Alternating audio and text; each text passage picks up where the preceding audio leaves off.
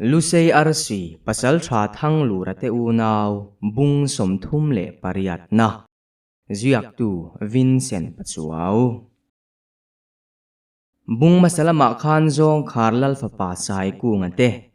mong kon be tum te kha che fu lovin an ma ni zok kha let rep an ni thu kat ngai tha a tiang khan hun nia in thenin lian nokale zong khar tlangwal pakhat kha thang lu rate khan nang chingin an do pa tin sai ku ngate ho po ram chin remu mal lo an kal kha mong kon ram ria ral veng tenan lo man le bok si hanin soi fiang yal ma sela lal nena ruai kha an tum mau mai suya enge theng zel don in ngai thateang thang lura te chuan du to ka zona an zo nuwa lian nokale zong khar tlangwal chu phuarin pasal thavom sa tale chinga te chu an kholama lo kai homai turin na han tia chinga chuan zui zel chu in latum ram mo ron tin thang lura chuan atop thleng rakin kan mang chule he buai na hi kan chin fel thuai lo chuan ale pek a hring chuak zel don tlat halo tia vomsa ta chuan nang nin kal tlang laya kholam lo pandik ni chu awa hanza thak don ve mole ti in thang lura chuan za thak lo ve nang nin khuain uap hian kan nu le pa te tha muang thin ngai ania alo tia thang zela chuan chinga hnena kan lo kir le ma lo chu mitang te ro lo la rel sakri lo selaka du hle mai kapa bula khan lo soi te o atia chinga chu lo bunga tin anin pe nuwa chuan chinga le pasal thavom sa da chu ani man te kain an kholam panin an kalta ani an liam nuwa chuan an ni ho po chuan hual ruma te chu an zui vele ta a an kar zau deuh hlek ma sela pha ngei tumin an kal sau mai reilo te a mong kon nena anin kalpo na kong tuma chuakin por khuma chuan kan mela te mai chu khoilam nge panan tumle tin thang zela chu an mel ngal ngota ani la chuan enge min ron en ngota alo tia por khuma chuan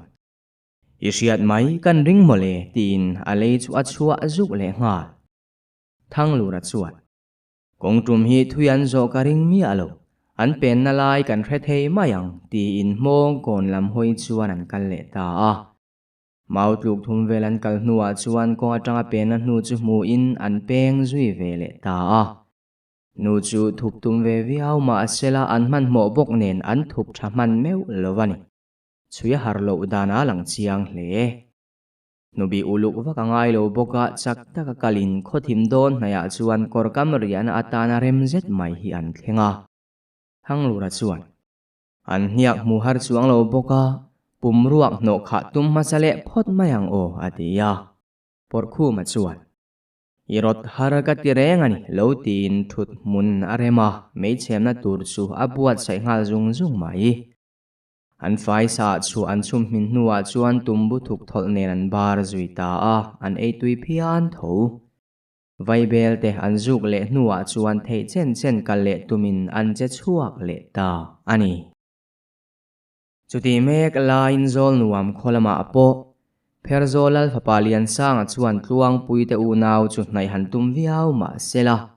tlormoyan a hnatlin lutuk chu an lung oi lo lek to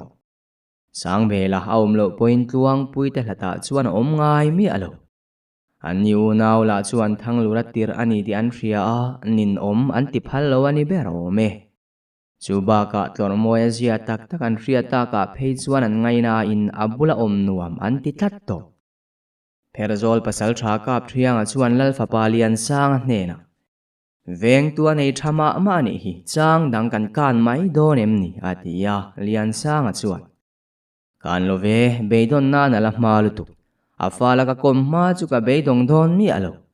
chuai chuan he palian hi engtin nge kan tir bawang ti kan ngai tuangai zokin ka hria atia kap thianga chuan tilolai tak chu ani don lovani hi lo ti na ngoi zui wang mai tlangwal pakhat chuan athian pa lo huna do tina ko hran thei mai long mo rei tak chu a thei lo mai theya atia lian sanga chuan a thei dana piang kha bo zui mia mai tu lal fanu upazok hi ka nei ngei turani atia kap thianga chuan chutiani chuan renga le to kan a thian pa ko penga char be deuh dan tur lo ngai tua ta ulang chumi chung chuan paliana ko pen dan tur chu kan ngai tua don nia a thian pa bum chuak phot ula abak chu konga om ve mayang atia chutianga ruwa manan siam ve lai mek chuan tuala omte chu mang angti hria taka tre chulin dak chuak ngalin an thilwa mu awang chuan an ni po chu an meng kok mai Sailian zet mai hi kho chung aron lutin in ti chiat po anei nual to nge kap thianga chuan che hiau ti teu kan tan hun tha ain hong don chi e kap thu theilo ma ila kan no bo thei ram chuan lal laka po kan tlatlum sot nge yang ti in asilai chu abana pona atlan chuak ta ani Teteng tung thoman riat chuan lal in chunga omte po chu rang takaron dak chuakin an tual lai sai pachalian em mai lo hoi vul chu mu in chon sanga chuan hayo awahan thalo ti chiat po nei nual to ang a tin in chunga tlan lut le a banga silai tar chu laina zena so ngal sok soka tlan chuak le in alu ka sanga tang chuan an tin ve ngota a met puak ngam chuang lo zol nuam pasal tha zakuma po thoma wang khan tlan chuakin sai pachalian em mai lo ver kwal chui chue mu ta ka chuan asilai la turin in chunga lut le a rang takala chuak le in sai lam hoi chuan silai chu ale ko a nu nau lau mang ang tre chel chul chuan ati chi ai ve lek ni in nalang an hoi kwal dewa kwal pasal tha silai huma lo tlan kwal zak chu mu in an pan nai le dewa thing thi in asilai chu a met puak ta thuai mai ka chu aka fu chiang viau na a asahuat la ya fu mol hek lo le silai ron puan lama chuan in hera atlan zui vut mai chuta silai chu ron puak le thua in sai tlan lai chu ding chu tina hoi kuala ama kap tu chu amu chiang viau mai boxi Zak zetin aron dok chuak le ta a chet vel na laya in omte chu apal cherem rum mayani tuang pui de po chuan mu ven chak sia an hlau tho bok ne kong ka tang chuan sai chetla chu an di dak thina tlor moya chuan lau tura omlo voi ni layan ka to kha pasal tha ten an kap thu thua yang tin an thlamuan ve boka ma sela an thlamuan pha kherang em ti chu riat ani lovani lal chon sanga chuan sai chuan a kap tua piang chu a bei ngal zel ti a hmuwa wangin silai chu a met puak ve du ri lova sai la chu a thin rim ti riat takin a tre ruai mai boxi a bul vela in te chu a pal dar ur to perzolal fapa chuan hun tha ngain man mo zetin lal ina chuan atlan luta luka ding lal le upa te chuan sai chau chu an mela wangin an lo uk sak lem lo in chunga an luta tlor moe le sang belan lal fanu te an lo kar che ran mayan mu chuan ati ngai na khelo chuan in bi ve na nge an tingota tlor moya chuan nang iron bi ti na emni atia lian sanga soitur hello chu anui suk aringot tliwang pui chuan tito lo thu vero khatia din reng turani hleinem atia amu mangemo ati hial o me athin lungzong zonga ve akiang na ya theisi lovin thu ve tura han som chu an hial lo chiang kher mai tuang pui mel mu thei tok tur vel chuan thun mun remin an lo biak bor ta ka chuan nuama ti hle tuang pui hamel ngun lutuk chu reng pui nui azat atlat maya anui put awangin tlor moya chuan reng pui engei nui antia reng pui chuan engma halo ti mai si sang bela chuan reng pui thil nui chu a hrethiam ve renga aron lu tira tang kha na lo mu dai to chuta a thian pa an hril ta chu tlor moya chu a tho thu ta chep zetin tuang pui ma chuan a thu ta mi amai reng pui le sang bela chuan nui chuang ngal hoka tuang pui poin chu tiang aron thut chan chu a hriat thiam ve tho wangin engma a soi du big mia allovani thang lura te ho po ni lengin an kal le to a an hu zui lai chu an la zui ngar mai nuatang chuan zol nuam lam chu an pan ti hria in nubi buai to lova zol nuam pan top thei chu ni ma sela an thian ten en anin then ti khan hria a khoye molaya chuan anin to khom le nge an rina wangin hnu zela chuan an lakal lui ram ani thang zel chu han mai mi ching wanga por khu man alo mu thei bok si thom dim ro zela na zong ania an ti ngota asoi zo rual chuan thang zela chu aron ha chiau tuar maya akal zui le mai por khu ma chuan iwa han hove o I ha chiau tur lek mo lo nia atinwa anung bera chuan a thian te chu a ve le mai bok ming lian chuan kanum na lama tha kan seng na saboka kan nan chin huna chuan kapiai na savia wang mole atia anzo lai mual anzo liam chu lungmun deuh reuh hi lo omin an hnu chu a hmuh thei ta hau lo mai lungmun to pa po chuan an hu chuan a lai om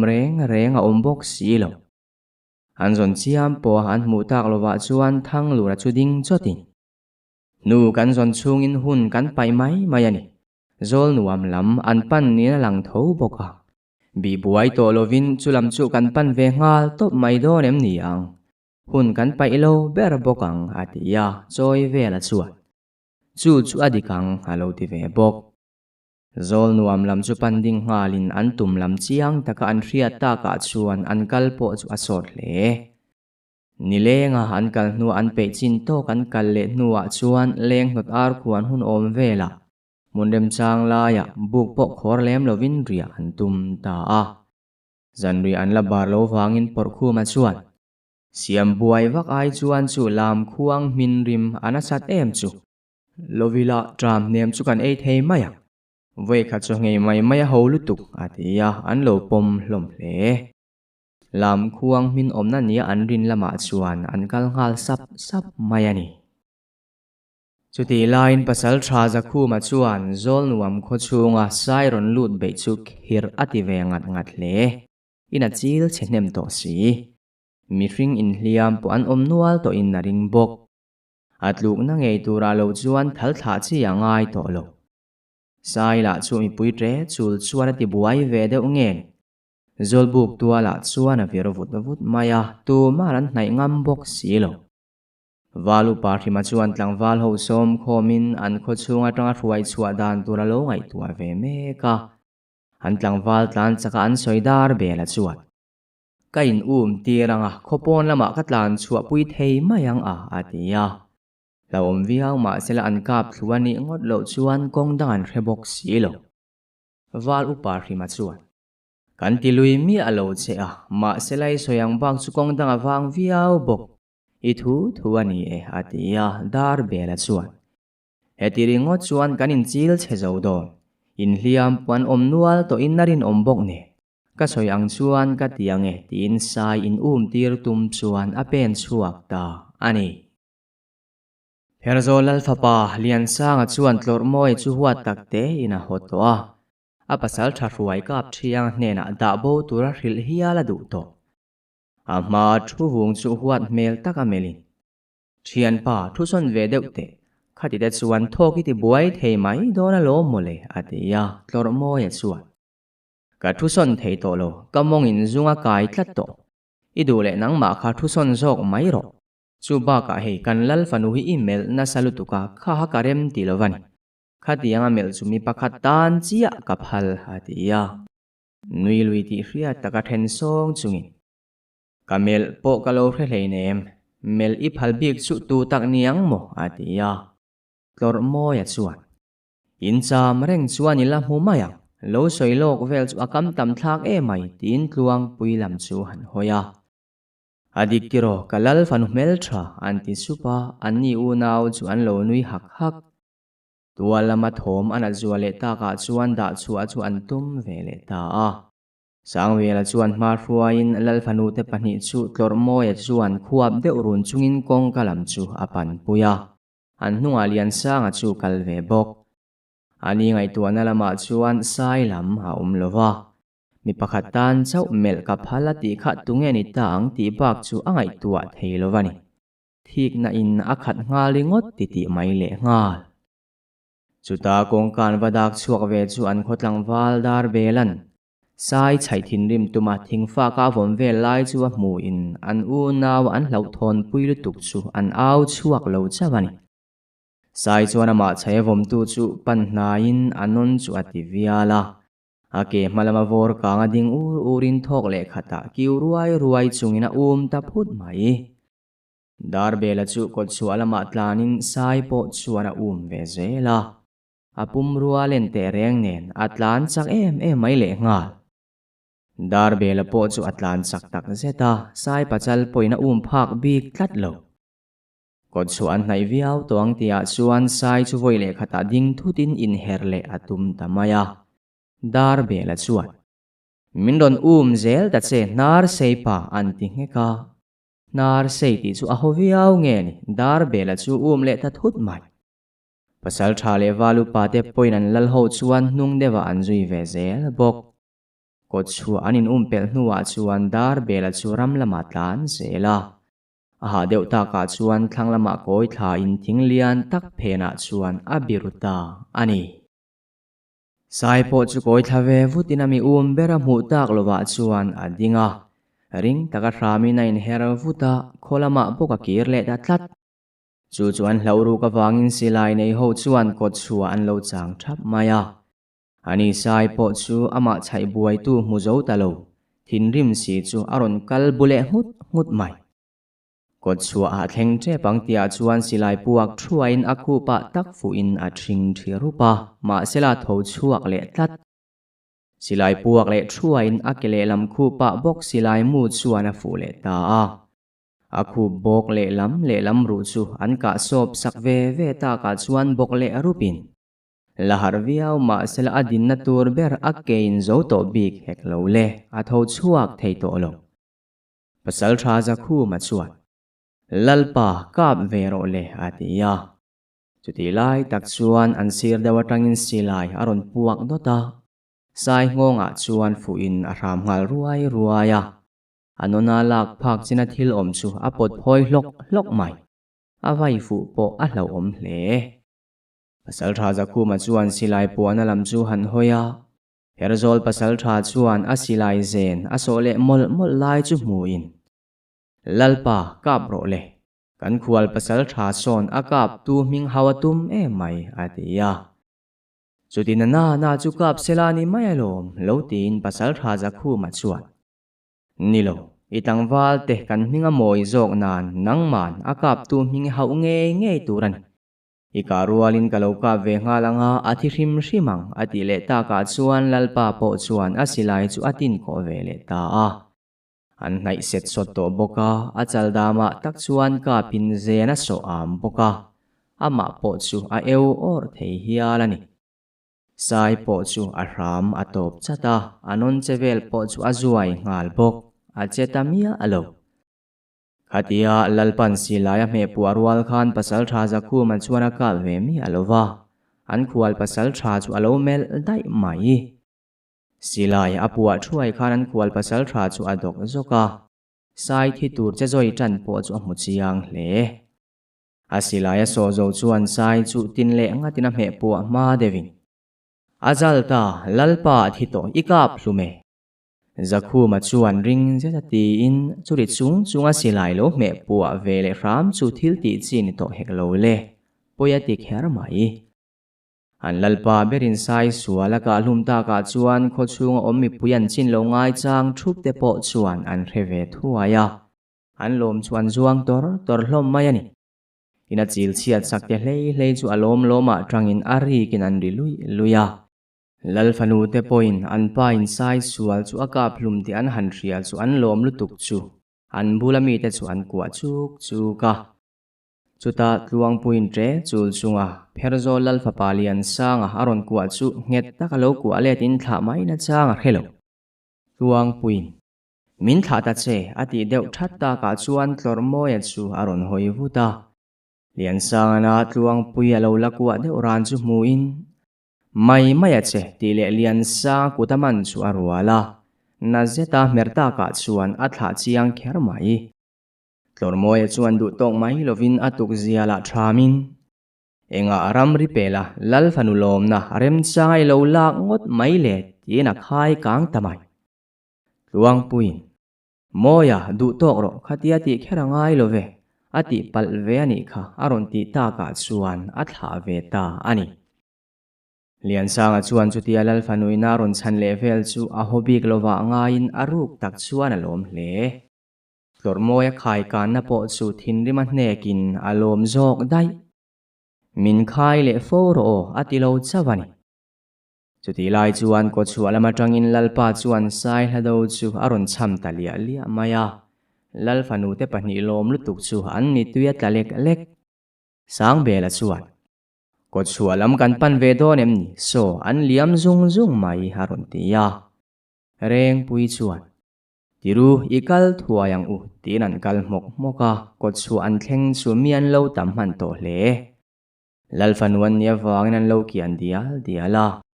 Chura mun le muna sai thal ngut mai anan mu chu lian an ti boka tlor mo ya chuan. E khai o avahan lian pem ngai vele. Apuar khop atam mai mayang chu atilung lunga arep ho chu anui dar mayani. Chuti mek lain thang lurate po chak takin zol nuam kan lu khal manda lo mo tinan kal sau sawa.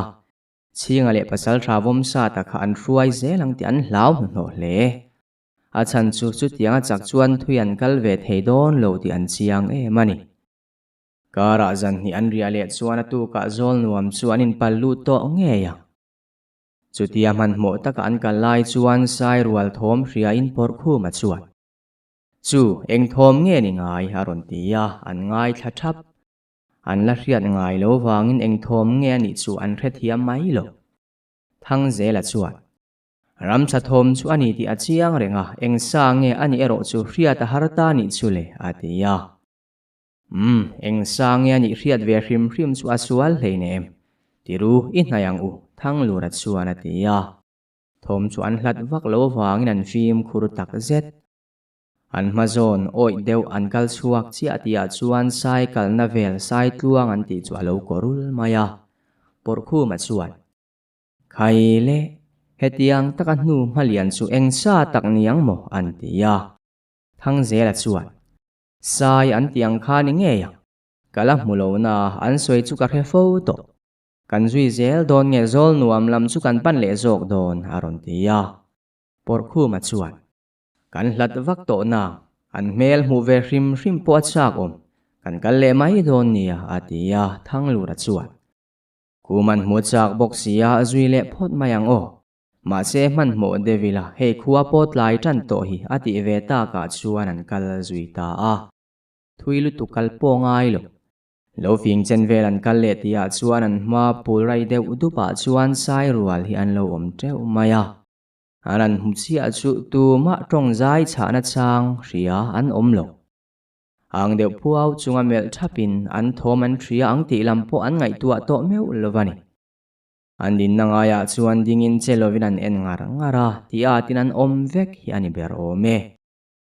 Zol nuam ko chunga lut po kha heng sai rual zinga mi. Apa amat la fal ta ni me. Chuta thang lura chu har chuak thutin. Tiru min mu lau dange. Minon beiron lau chuan ka luman har don boksi. Fim kurangaya niya thom chua mia su aron tia porkhu ma chuan. Ava mak ngai ve enteu. An vai lo fun chu an nar om na tura oma. An vai lo fun mora nar an nei dai mole. Eng tin tak mang mo. An man lai chuan an thothei don lovani so. Vai lo fun ka mu toa chuan a rolin a sei berani chiang khop mai hatia. An nui za si nui ringam si lo chu an mui hupin an dir char mayani. An duai rei an bi ta a nia ta ti ria takin boruak po aron in thak ta deu. Kan rei tama ma done kan kap don po nilova ikal to tiang u aron tile ta a. La thlir chak le ma sela tu man nia lovin sai rual te chu an kal san ta ani. Engemo chen an kal nual chuan mun rem laya an fai sala nei chun chu chum zovin. Chun lama minga vom hlum ram ar chu hem minin an bar zui ta a.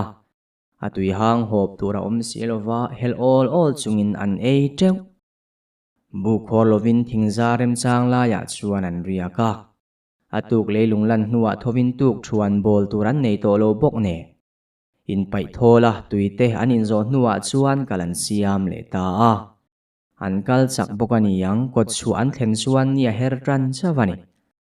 kot chua chuan tlangwal in chak tur puniom tak hilo thu deuh furin thanglurate an han hmu chu an lo ri deuh hak loma thanglura chuan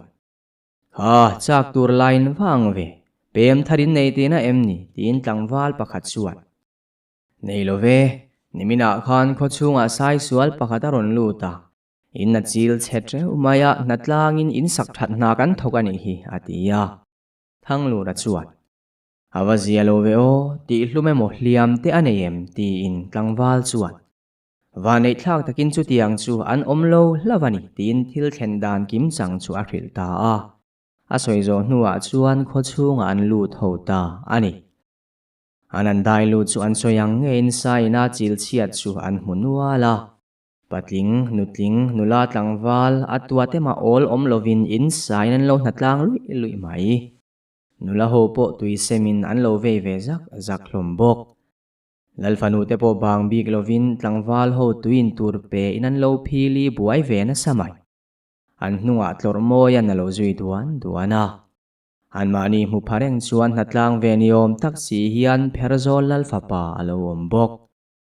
chuat luang puite una vina thanglurate anan hmu chu za po soi man lovin an ron pan ruaka mi zinga an kwa chuk lo chawani tlor moya chuan ulur isoyang khakati vegania o mi pakhat ati man chia tia thanglura chuan ole atokri photi in na lo pot chata thanglurate ho chu an en thup thangzela chuan kalteu min thlir thupania mak min ti hmel em mai le ngal aron tia reng pui chuan a ho ai min hungai lo po an ni lo min lo en ve mai ro se ati sam ta thangluran nie ikalang in chung lama kanin kom don nia ati ta ka chuan mel hlim takin an in lam chuan pantlang ta lian sang chuan a thlir uluk hle mu mai nei atum lo ani ber o me lalin chuan lu hnu thleng chuan ala thlir wang reng mai ani lalin chuan han lu chu lal chhon sang chuan khai halurate te hlol chu kan saka lu min ron lom puin tu mem ni nui hak chungin na ya thanglura chuan nie isai ka thu kan lo ria aro pui hle mai ikumbiang ruala sai ka phi an om karing to lo wasin kalom pui tak zet che ani atia upazinga chuan nimina inom lo chu kan buai te asin lal hovin kan phe suau mai ani ti in an nui hok mai thanglura chuan ani chumole ma se ke ni pomila atingai na kan rebik vak don om love in nuwa kan tlan koi veringot don ani chu atia lal chuan om ula chu in rol buai ngai hau lovin kan buai lutuk ma khanin phet thludai mai tur hi ania in om lo ra ka seng ta ni hi tina mela lom ve hle ti po hai ruala ni lo por khu ma chuan lalpa khoya nge sai ka ho chu nimina kan sai mu zinga khan ngo nei khan om nual maya aron ti chu an phok ra lal chuan in hnung lama kha kan hemro thavel ani kha engtin mo nimina sai in mu mo ti in amel hau maya upa ho po chuan an rechak hle ti chuan om dana chiang viau bok por khu ma chuan mue iram chin po ani phahial ome arualin an lo bok furmaya kan voi khat hmuna ni hlom bok sia kan du ai rei kan thlir nge ni ka tuma chuak chuninga tila kan kap nualin karing atia upazinga mi pakhat chuan aruala an hnai wang ni chu atlafal kan lo chan ve hlau ni aron tia thanglura chuan ani nge yang arual zinga tangkal fal deu aron kai ani nge don chu alo ti ve bok lal chuan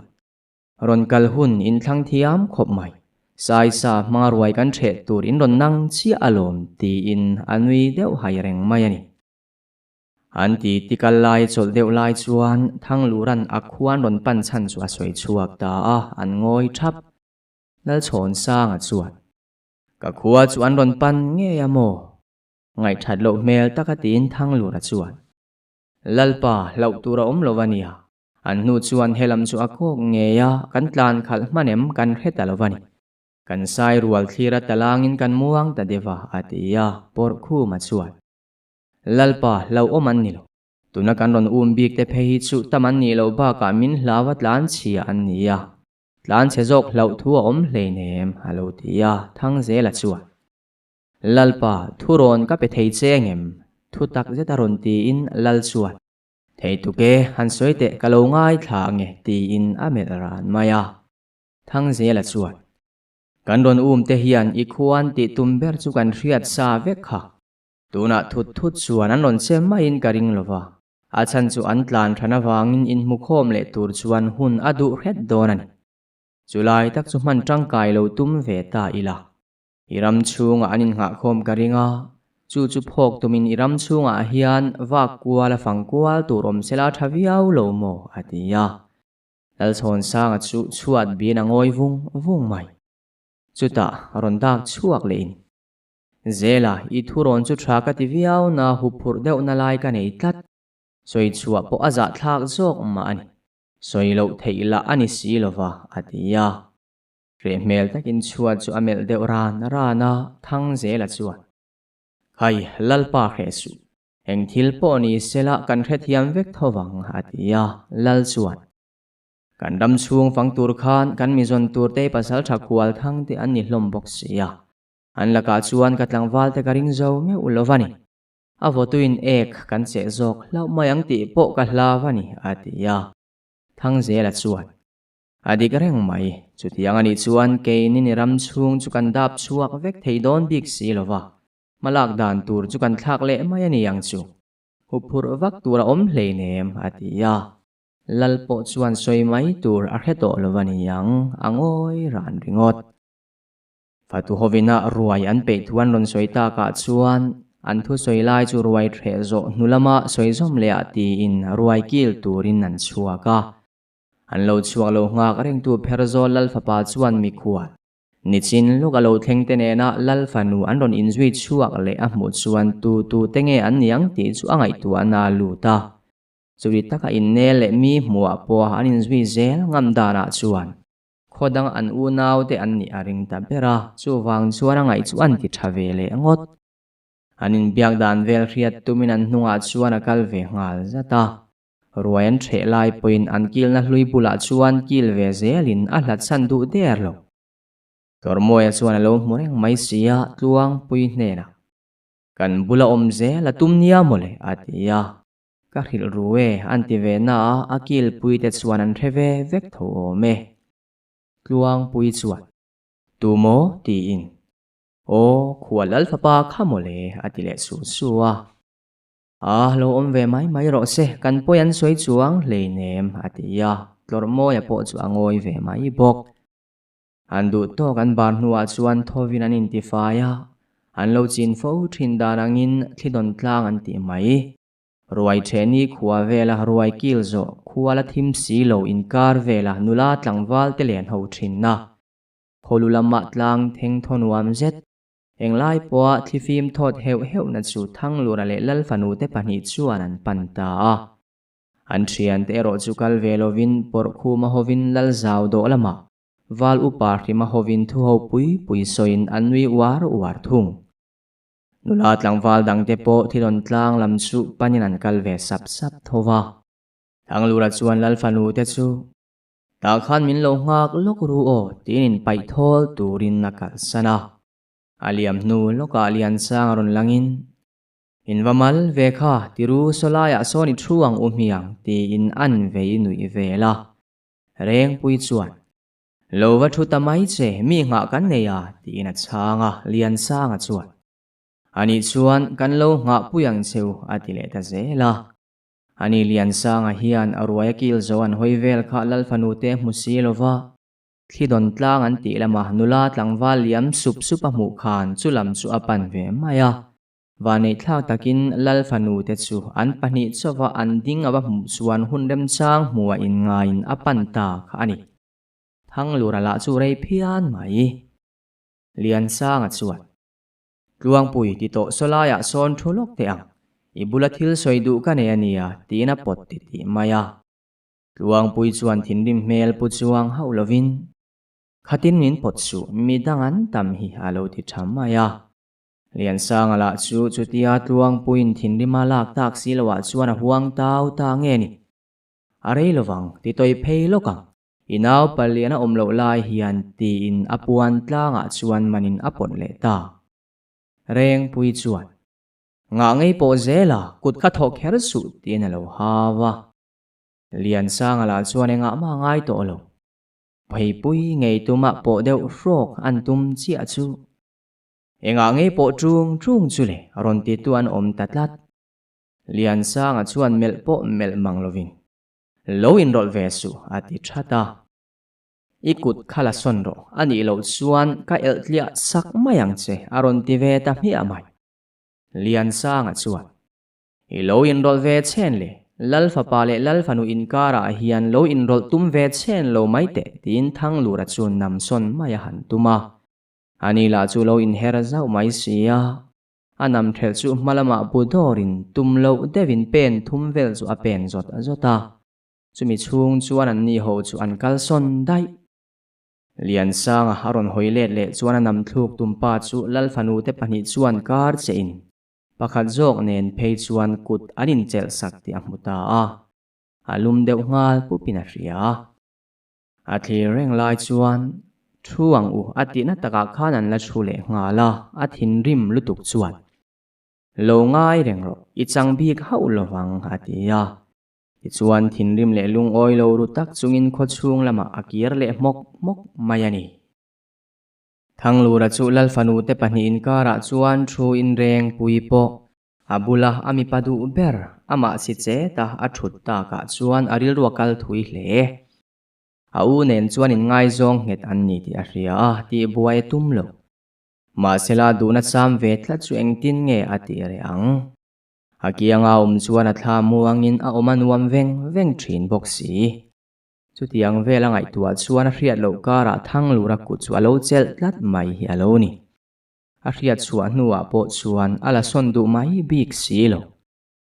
thang lura po chuan reng puin akuta chel ti chu a hrewe thowa alaka reng pui ril ruput mang po hi a ria pong nar ngo chi ni in na helo anelin na thalel ema chuti lai kara ril run na taka siam kha tha ti lo ba ka akhonga I bokani theini se nupuya nei ve po adu rum chang om fo luang pui po hian na vina thang lura ayan dan hriat thiam china neya arele mayang ti in asoi pui du ngai lo ahun laya an soi pui mai lo hi an buaina za khuwa tur ani zo ka ngem ti ro chu hriat ani mia lovani niat lak ta ka chuan thang lura te po chu kho chung lampan nan let vele ta zol nuam tlangwa le nula te chuan thik ru deuh ma silatu man an soi chuang ngam lo thungani chuti mek lain ram ria an lo re tak sai kunga te ho po kha mong kon lal ina an ding tlar thap mai lal ke ranga chuan khoi khuwa mo in ni tin ral sa ta chuan leng khar khuwa an tia ke ranga chuan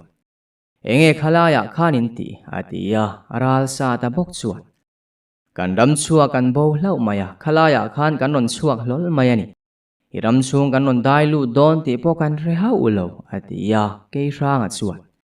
pasal tha chu ti em a bo chu oi turin min ring em ni atia ral sa ta chuan amak khop mai bo thei ka lo in ring ngai mi alova ma se hei kan bo chu ani boxi ti in ti fu ain ti ru hle chal renga chuan lalpa kan pasal tha soyang kha thil thlen danani remiti chuan kan kholam kan panto mayange kan chung de point kan chinan hello re ta sia min ngai tua ve via vin karing atia ke ranga chuan man mo su pasal tharam chuak te chu engchen po thang sela ngai tua chia man ngai hleinem halo tia chal renga chuan nui hak pa in ngoi te lalpa arei ma to ani ram hnuai kan va kual chen po kha chu thiam to manglo hiya la sin atia chuti lai chuan ke hnu karon lutin apa ma ding thap te chu amel wanga Chura chal renga ron hoi chuak chuan ke nu ka amu chu a hoi let arang hle. Ke nu ka chuan. Kapa an ni hi eng tin nge helaya hian om thei aron tia ke ranga chuan. I uram lam haram ria ral veng tenan muwa. Kan ram chuak kong kan bove an tia ni hi atia ke nu ka chuan. Ka u te khuwa in vathli thaya an chewa ti chuan in bo chawa ni lo mo atia. An suwa to mai dona an riat laya an konga nok thar le tur chu an vahan run tak. Ral sa ta chuan. Ngoi te ingai tuana mai ani chu. Tungei u chu riat bo kan re le nem atia. Ke nu ka chuan. Ani mo kalau ring dik lo dewa ni chu tina kal son ta daya an tho huai mai. Lal ke ranga chuan. Ole in kal theye in thuam po kot chua katlang wal tenan lo pele don cheu nia atia. Sai kunga lom lutuk chu au chuak teu kher mai. Ral sa ta chuan. Lalpa kan lome ti in nanin hera alal in chu chua sanin an chua nuwa ke ranga chuan. Kami te ka arukin tlangwal pathum velin zui ro se. An thu soi ha ka ring hau lo atia. Tlangaw pa umbok si lo nen upathan rual at chuang ngal vutin tlangwal. Valupa pakhat chu mu in tlangwal pathum thlang chuak thuain. An mi man te lalin akal tir tak te ka zui ruwa. Khoi khuange an ni le enge ti an tum ti ria tum ro se ti in na rila. Valupa po chuan tlangwal pathum te chu atir ta ani. Heti lai hian doi thiam ngun bilale anaw te chuan lungsen khuwa thleng to in lal in an pana. Khuwa chua san tira lal kha apapain lo thak to in ngun bila chu apa angin ati thawak lo. Engwanga ka khuwa ron let le ngei ni lo ti hlukin ngun bila chuan. Mani khuwa tluka nuam hi om le nem atia lal chuan. Kapang kha chuan kamamona che sang ve vak lovania o. Nena chang tura khuwa nu duan sa pela che thika du velo alo tia. Ngun bila chua thinrim viau na a ni thum vel tal oma dua wangin. Lalpa ka khethiame ithil ti tur enga ma a inrol katum ngai lovang atia. Lal chuan. Athai I thu soya ding ngetang che ti in ngun bila chu akhisuk. Ole lalpa ka kallange ti in nain hera. Kotalo ngak thap tu tenen chuan in hlui lam chu panin. Ain omna munan vathen chuan in ding alo om to lova.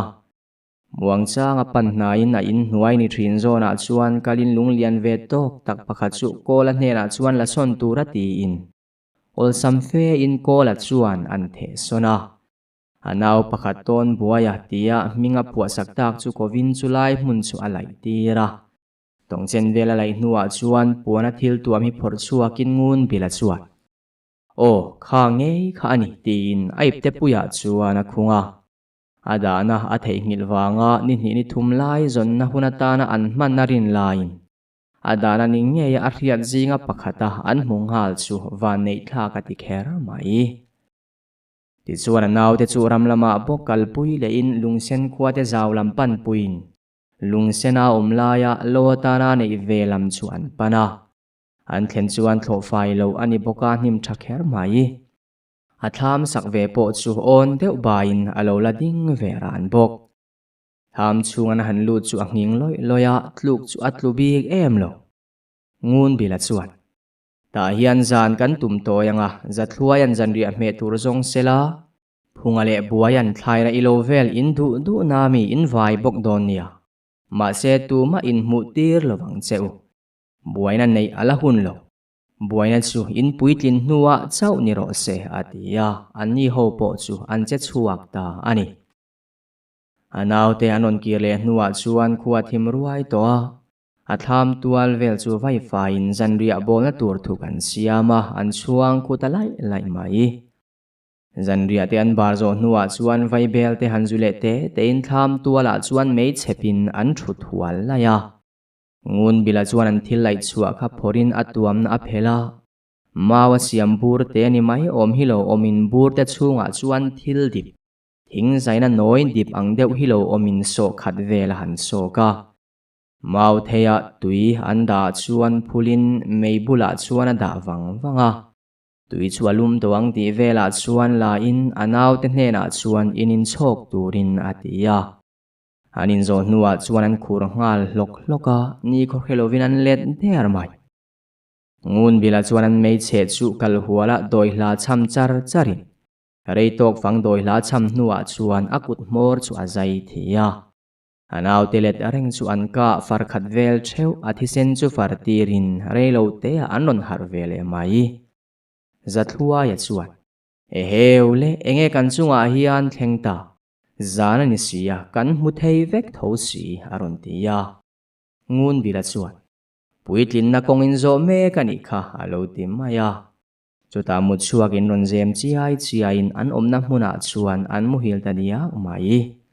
ngun bila po thlam chunga lutin amu veta ani thang lura te po zol nuam ram chunga an rin hlel lai deuh te chuan han bi chiang zela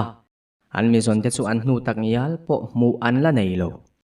zol nuam ram chung chu an dai lut lo hrim ni mai na la por khu ma chuan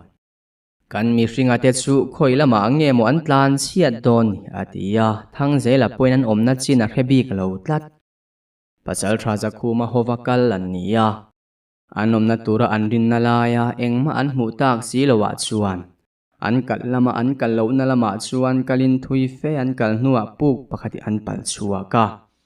puk an han en chiang chu tu te emo chu an om ngei ti a chiang kher mai puk tual velan han bi kwal chuan hnu man hmu bel tanual bok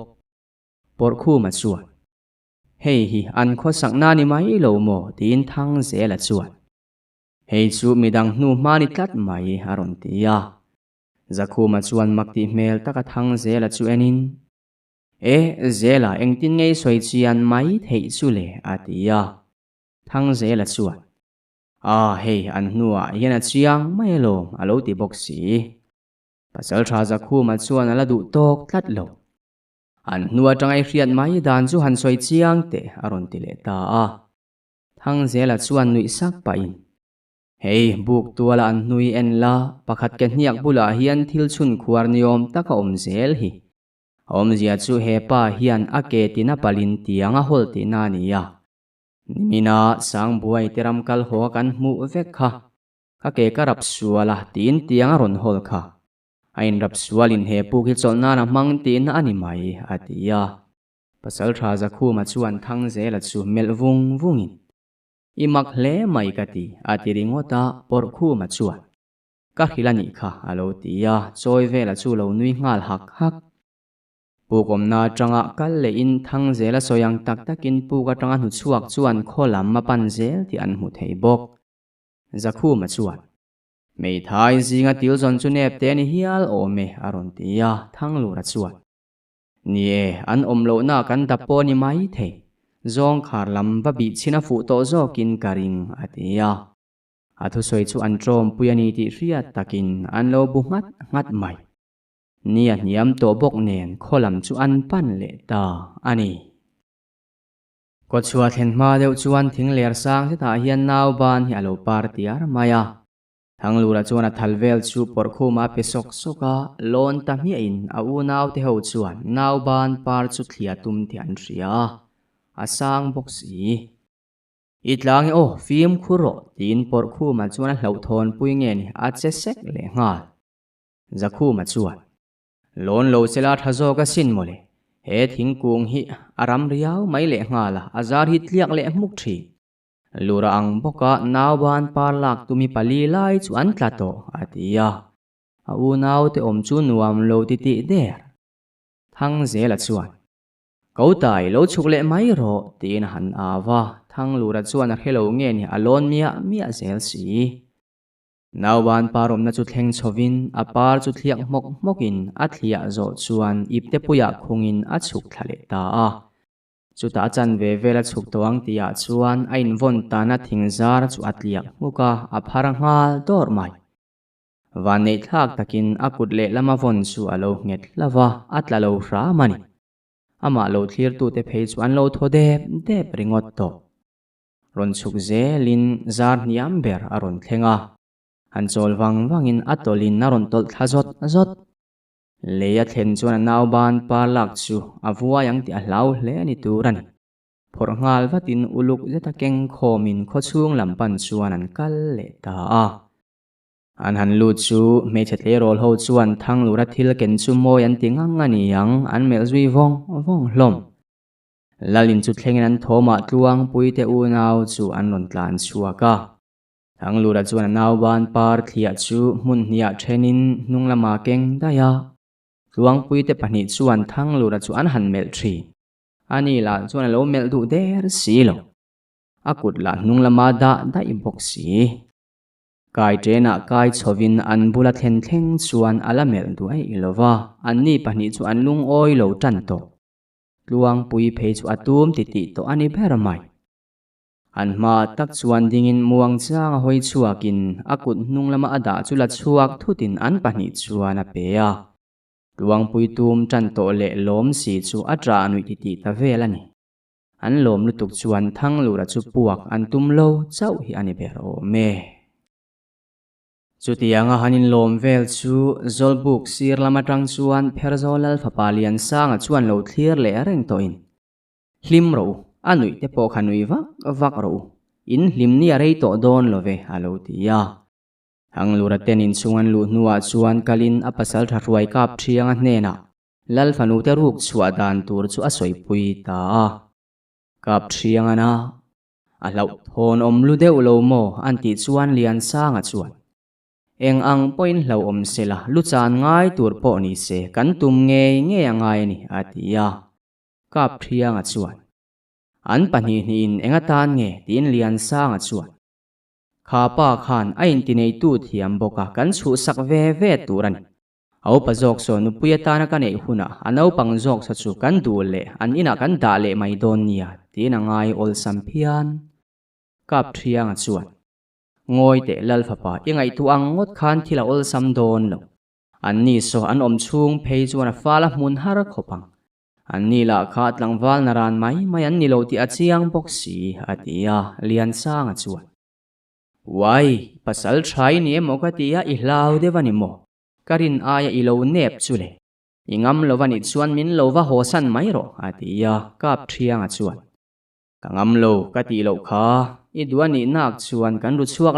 long nga ni mai lo ngam thuwa chuan lal tha tur po tila kangam zak ati ve ta amit menga chuan lung oi lo ti achiang hle an nau huai dang te chuan engma an soi lang ngam ve lo thungani chunzom zel tu